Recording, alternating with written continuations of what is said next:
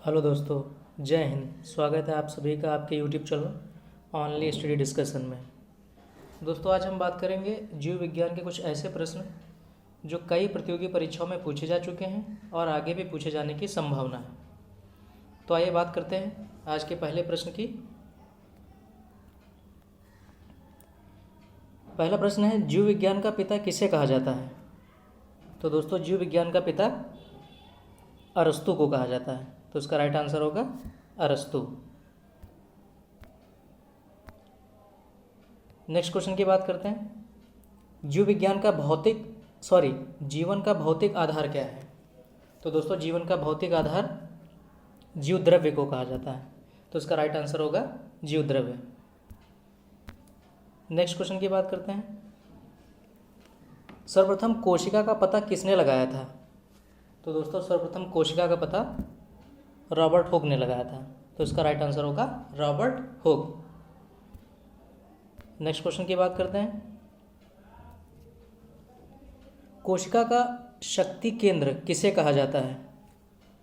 या कोशिका का पावर सेंटर या पावर हाउस किसे कहा जाता है? कुछ भी पूछा जा सकता है।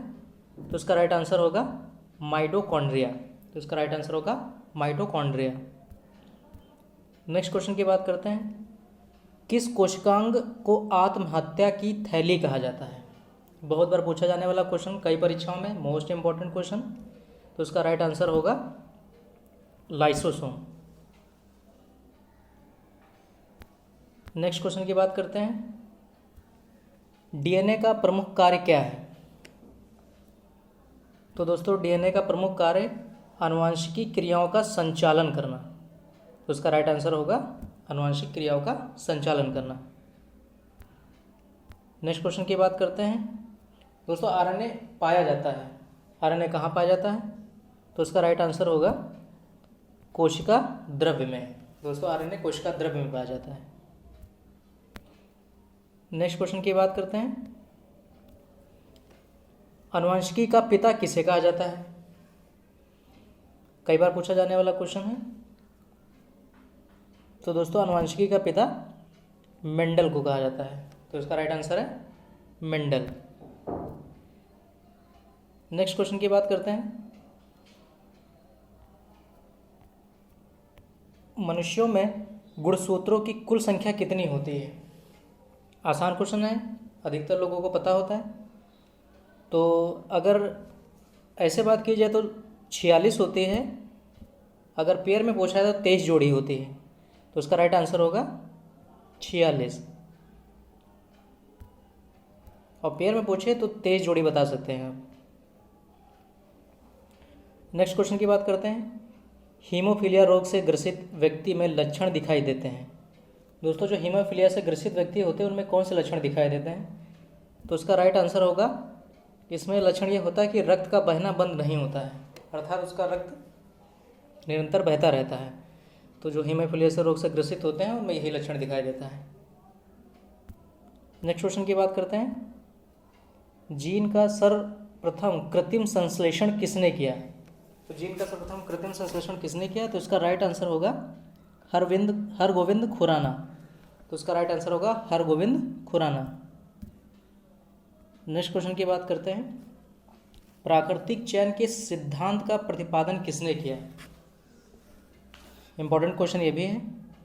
तो प्राकृतिक चयन के सिद्धांत का प्रतिपादन चार्ल्स डार्विन ने किया। तो इसका right answer Charles Darwin. Next question की बात करते हैं, आनुवंशिकी संबंधी प्रयोग के लिए मेंडल ने किस पौधे का चुनाव किया? तो आनुवंशिकी संबंधी प्रयोग के लिए मेंडल ने मटर के पौधे का चुनाव किया। तो इसका राइट आंसर होगा मटर के पौधे का चुनाव। नेक्स्ट क्वेश्चन की बात करते हैं, एक वर्णांध व्यक्ति में किस रंग की पहचान नहीं होती है? तो एक वर्णांध व्यक्ति, जो वर्णांध होते हैं उनमें लाल और हरा रंग में विभेद कर पाना मुश्किल हो जाता है। तो इसका राइट आंसर होगा लाल व हरा। नेक्स्ट क्वेश्चन की बात करते हैं, एक कोशिकीय जंतु अमीबा एवं युगलेना को किस संघ के अंतर्गत रखा गया? जो एक कोशिकीय अर्थात यूनिसेलुलर अमीबा और यूग्लिना को किस संघ के अंतर्गत रखा गया है? तो इसका राइट आंसर है प्रोटोजोआ। नेक्स्ट क्वेश्चन की बात करते हैं। मेढक किस वर्ग का जंतु है? तो दोस्तों मेढक एम्फीबिया वर्ग का जंतु है।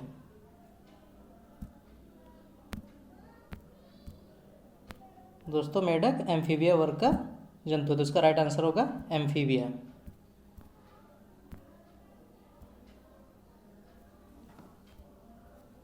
नेक्स्ट क्वेश्चन की बात करते हैं। स्तनियों का हृदय कितने कोष्ठ का होता है? स्तनियों, तो स्तनियों का हृदय, जो हृदय का कोष्ठ होता है वो 4 कोष्ठकों का होता है, तो उसका राइट आंसर है 4।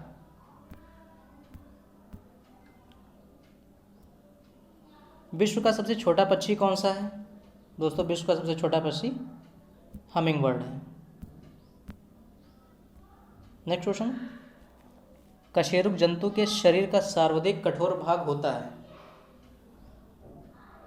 तो कई बार पूछा जाने वाला क्वेश्चन है ये, कि ऐसे भी पूछा जाता है कि मानव में सबसे कठोरतम भाग कौन सा है, और इस तरह घुमाकर अगर देगा प्रश्न तो इस तरह दे देगा, कशेरुक जंतु के शरीर का सर्वाधिक कठोर भाग कौन सा है?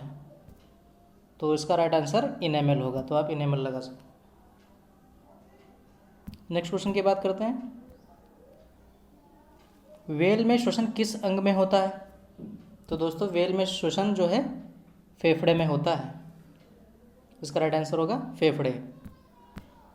नेक्स्ट क्वेश्चन की बात करते हैं। आधुनिक मानव को जंतुओं के किस वर्ग में रखा गया है? तो आधुनिक मानव जो है उनको किस वर्ग में रखा गया? तो उसका राइट आंसर होगा प्राइमेट्स। तो आधुनिक मानव को प्राइमेट्स वर्ग में रखा गया। नेक्स्ट क्वेश्चन की बात करते हैं। ऊतकों के अध्ययन संबंधी विज्ञान को क्या कहा जाता है? कई बार पूछा जाने वाला प्रश्न। तो ऊतकों के अध्ययन संबंधी विज्ञान को हिस्टोलॉजी कहते हैं, तो इसका राइट आंसर होगा हिस्टोलॉजी। नेक्स्ट क्वेश्चन की बात करते हैं। कोशिकाओं के समूह को क्या कहा जाता है? तो दोस्तों कोशिकाओं के समूह को ऊतक कहा जाता है, तो इसका राइट आंसर होगा ऊतक। नेक्स्ट क्वेश्चन की बात करते हैं। शरीर में सभी ऐच्छिक तथा अनैच्छिक क्रियाओं को नियंत्रित करने वाला ऊतक है। तो दोस्तों ऐच्छिक तथा अनैच्छिक क्रियाओं को नियंत्रित करने वाला ऊतक तंत्रिका ऊतक है, तो इसका राइट आंसर होगा तंत्रिका ऊतक। नेक्स्ट क्वेश्चन की बात करते हैं। रक्त किस प्रकार का ऊतक है? मोस्ट इंपॉर्टेंट क्वेश्चन है, कई बार पूछा जाने वाला क्वेश्चन है, कई प्रतियोगी परीक्षाओं में पूछा जा चुका है। तो इसका राइट आंसर होगा रक्त किस प्रकार का ऊतक है? तो रक्त तरल संयोजी ऊतक है, तो इसका राइट आंसर होगा तरल संयोजी ऊतक। तो कैसे लगे दोस्तों आपके प्रश्न? और ये एक प्रश्न जो मैंने आपको दिया है, ताकि इसका आंसर आप मेरे कमेंट बॉक्स में बताएं।